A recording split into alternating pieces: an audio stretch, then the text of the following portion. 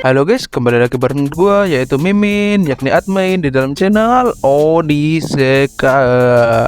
Oke guys, dalam video ini gua akan mereview dan juga menyampaikan poin-poin dan teori apa saja yang dapat gua temukan di dalam Logism chapter 440 coy yang rilis pada hari Kamis malam ya. Oke guys, saat gua baca chapter 440 tuh kayak anjir, chapter ini tuh muat banyak banget jawaban dari pertanyaan-pertanyaan sebelumnya guys, dan juga mengandung teori yang baru guys. Apa saja itu? Langsung saja kita ke intinya. Oke, let's go. Oke guys, sebelum masuk ke dalam inti video, alangkah baiknya jika kalian like video ini dan subscribe channel gua coy, dan juga nyalakan notifikasinya agar kalian tidak ketinggalan video-video terbaru dari channel ini coy. Oke, dan juga gua mau mengucapkan terima kasih banyak kepada 331 orang yang sudah subscribe channel ini coy. Gua terima kasih banyak kepada kalian yang sudah subscribe coy. Dan juga gua mau mengucapkan kepada kalian semua yang sudah komen di video sebelumnya, yang kali ini mohon maaf gua gak bisa sebutin satu persatu coy, karena ya begitu banyak orang yang komen dan juga berteori coy, tapi gua baca semua komen kalian coy, tenang aja. Oke guys, di video kali ini gua akan menyebutkan 7 poin dan juga 3 teori apa aja yang ada di chapter 440 ini. Oke guys, langsung ke poin yang pertama.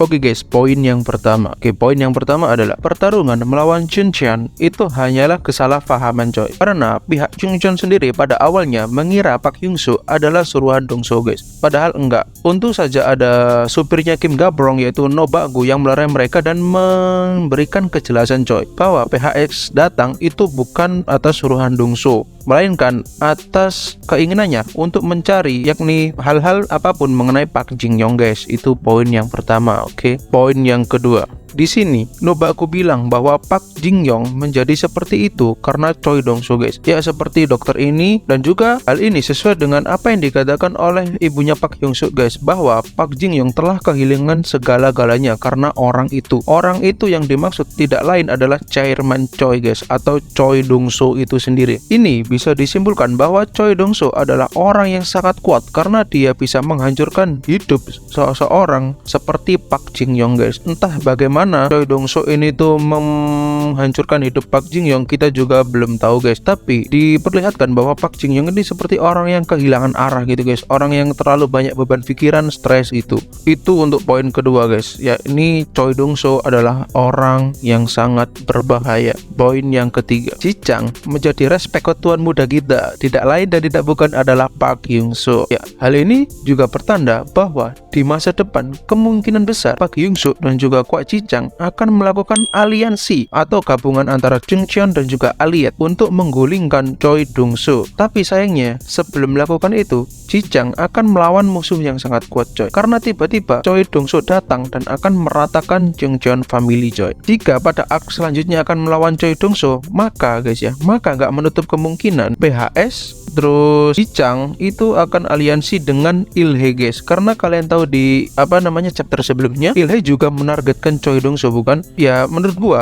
mereka itu nggak aliansi secara bersahabat gitu guys, enggak, tapi melainkan aliansi dengan tujuan yang sama, dan aliansi seperti itu akan menjadi rawan untuk dihianati guys. Jadi untuk menurut gua ya, chapter-chapter kedepannya itu akan memperlihatkan pertarungan Choi Dong-soo dan juga Chuncheon family coy. Itu untuk poin yang ketiga. Oke guys, poin yang keempat, PHS adalah anak dari Pak Jin-young guys. Hal ini sudah tidak bisa dibantah dengan cara apapun lagi guys, karena buktinya sudah sangat banyak dan juga sangat kuat. Salah satu bukti yang paling kuat adalah wajahnya sangat mirip dengan Pak Jin-young. Mungkin kalian bertanya, lah terus yang difoto itu siapa Min? Nah, yang difoto sama Pak Jin-young nanti akan gua jelaskan di teori guys ya, karena kemarin gua sama temenku diskusi dan berhasil menemukan satu teori yang menurut gua dan temen gua itu cukup menarik guys, dan cukup masuk akal gitu guys. Untuk poin yang keempat, jadi nggak bisa dibantah ya bahwa Pak Hyung-soo adalah anak dari Pak Jin-young guys. Ini udah nggak bisa dibantah. Bahkan No-bagu sendiri memanggil Hyung-sok dengan sebutan tuan muda karena dia adalah keturunan dari kaptennya guys. Itu Itu untuk poin yang keempat. Jadi ini nggak ada perdebatan lagi ya, Park Jin-soo itu anak dari siapa? Anak dari Park Jin-young guys, titik. Oke, poin yang kelima, Chairman Choi atau Choi Dong-soo adalah elit guys. Elit, iya benar elit. Atau dengan kata lain, dia adalah wakil kapten dari gengnya Gabrong guys, alias tangan kanannya Kim Gabrong. Dan ini juga adalah alasan kenapa orang seperti Jonggun mau bekerja di bawahnya guys. Karena saat di penjara, Jonggun telah ditundukkan secara paksa. Dengan artian, dia telah dikalahkan atau bahkan dihajar oleh Choi Dong-soo itu sendiri guys. Karena ya seperti teori gua di video sebelumnya, bahwa nggak mungkin orang seperti Jonggun mau tunduk hanya karena uang guys. Jika karena uang, bukankah keluarga Jonggun, yakni keluarga Yamazaki, sudah mempunyai banyak sekali uang dan juga anak buah Choi. Jadi 90% guys, itu Jonggun pernah dikalahkan oleh elit atau Choi Dong-soo guys. Dia mau tunduk dengan Choi Dong-soo itu karena dia kalah dalam bertarung melawan Choi Dong-soo guys, bukan karena uang. Itu alasan Jonggun kenapa mau tunduk di bawah Choi Dong-soo guys, dan sekaligus menjadi poin yang kelima.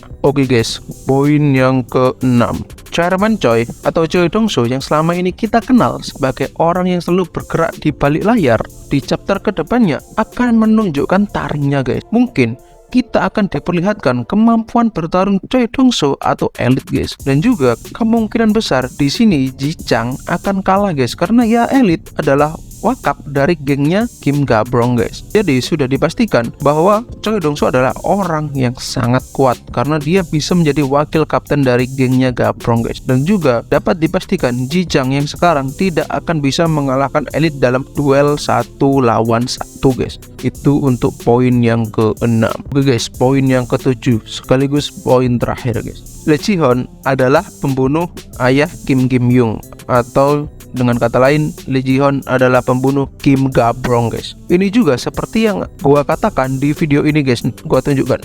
Lee Ji-hoon adalah pelaku pembunuhan dari Kim Gabrong guys. Kenapa gua bisa berspekulasi demikian? Karena Lee Ji-hoon ini tuh terkenal sangat kuat guys, dan di chapter 432 Lee Ji-hoon diberitahukan bahwa Lee Ji-hoon pernah membunuh orang Choi, dan siluet yang dibunuh itu mirip-mirip dengan tubuh Kim Gabrong guys. Namun dalam pembunuhan itu Lee Ji-hoon tidak sendirian guys, dia dibantu oleh Choi Dong-soo. Hal ini telah dikonfirmasi oleh PTC melalui Choi Begai guys, Choi Begai yang inilah gambarnya, yang merupakan salah satu dari bawahan Gabrong. Awalnya gue juga kurang yakin guys kalau Gabrong dikalahkan hanya sama Lee Ji-hoon, karena Gabrong punya bawahan yang sangat kuat guys. Tapi ternyata Lee Ji-hoon dibantu oleh Choi Dong-soo, atau bisa dibilang oleh elit guys. Makanya Lee Ji-hoon bisa membunuh seorang Kim Gabrong guys. Oke guys, itu tadi poin yang dapat gua temukan di chapter 440.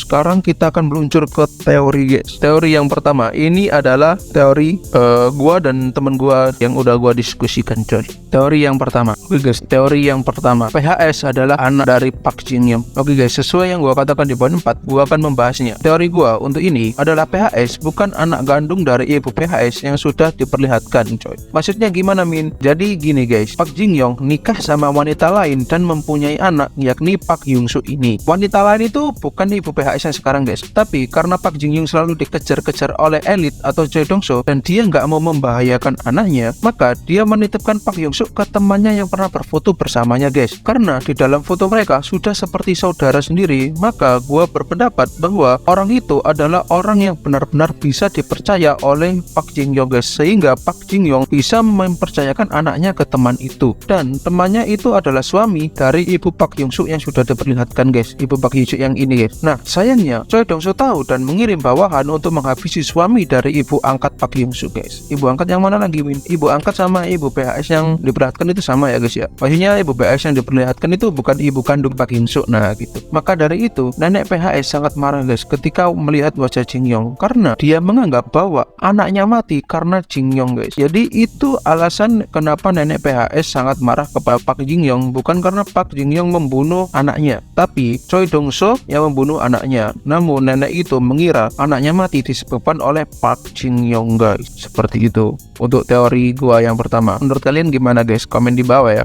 Untuk teori yang kedua, rahasia tubuh kedua Park Hyung-suk. Tubuh kedua Park Hyung-suk bukanlah kloningan dari Park Hyung-suk itu sendiri, melainkan tubuh itu adalah kloningan dari Park Jin-young, dan tubuh itu juga diciptakan sendiri oleh Park Jin-young. Kenapa gua bilang gitu? Karena tubuh itu sangat kuat guys dan perfect, dan kemungkinan gen itu diambil dari gennya Park Jin-young guys, bukan dari gen PHS. Dan wajahnya juga mirip sama Park Jin-young dan Park Hyung-suk guys. Ya iyalah, PHS kecil dan botak kan, di darahnya ada gen Park Jin-young, jadi mirip kan guys. Mungkin dari salah satu kalian ada yang tanya gini, tapi kan Min, kenapa tubuh Kristal atau Choi Sojung gak mirip? Ya guys, gak mirip karena tubuh kedua Sojung itu gak olahraga kayak tubuh Park Hyung-suk. Emang dulu sebelum olahraga Park Hyung-suk kecil mirip sama Park Hyung-suk gede? Enggak kan? Tapi setelah olahraga dan menguruskan badan, dari raut wajahnya bahkan postur tubuhnya mirip dengan Park Hyung-suk botak, ya meskipun lebih pendek. Jadi jika tubuh Kristal olahraga, maka nggak menutup kemungkinan tubuh itu akan mirip dengan tubuh yang bagus guys. Benar. Dan dari teori yang nomor 2 ini dapat disimpulkan bahwa tubuh Park Hyung-suk botak itu adalah kloningan dari Park Jin-young itu sendiri guys. Nah, gimana menurut kalian untuk teori gua yang nomor 2? Lumayan liar sih, tapi nggak apa-apa. Gimana guys menurut kalian? Komen di bawah ya. Teori yang ketiga sekaligus teori yang terakhir, Kim Ga-prong tidak hanya dikalahkan oleh Lee Ji-hoon dan juga Elite. Maksudnya gimana Min? Yang gini guys, bayangkan gini, nggak mungkin kan seorang yang sekuat Kim Ga-prong hanya dihabisi oleh 2 orang. Iya sih, Elite kuat, tapi gengnya Ga-prong kan juga banyak orang kuat guys. Jadi kayak nggak mungkin sih. Yang kemungkinan terjadi di sini Elite membawa pasukan yang berisi orang-orang kuat nggak terukur di gen 0 guys. Mengingat ayah JT yakni Kwon Bae-ho juga mati di malam yang sama dengan Kim Ga-prong mati. Dan juga salah satu anak buah dari Kim Ga-prong yakni Lee Do-gyu nggak tahu tentang peristiwa itu, mengingat hanya dia yang nggak tahu siapa yang membunuh Kim Ga-prong dan ayah JT guys. Bayangkan jika Lee Do-gyu tahu, dia pasti akan membantu mati-matian Kim Ga-prong. Kenapa gue bisa bilang seperti ini? Karena tujuan awal mula Lee Do-gyu membentuk Baek-ho itu karena untuk mencari Park Jin-young bukan? Jadi menurut gue, Lee Do-gyu adalah orang yang sangat loyal kepada Kim Ga-prong guys. Namun bagaimana caranya Elite bisa membunuh Kim Ga-prong tanpa sepengetahuan Lee Do-gyu guys? Itu untuk teori gue yang ketiga. Menurut kalian gimana guys? Oke guys, itu tadi poin-poin dan juga teori dari gue. Apabila gue ada salah katanya atau salah dalam berteori, gue mohon maaf yang sebesar-besarnya guys. Jangan lupa like video ini jika kalian suka, subscribe channel ini dan nyalakan notifikasinya agar kalian tidak ketinggalan video terbaru dari channel ini coy. Dan juga jangan lupa tinggalkan komentar di bawahnya, berteori apapun boleh guys, asal oke. See you in the next video. Bye bye bro, bye bye.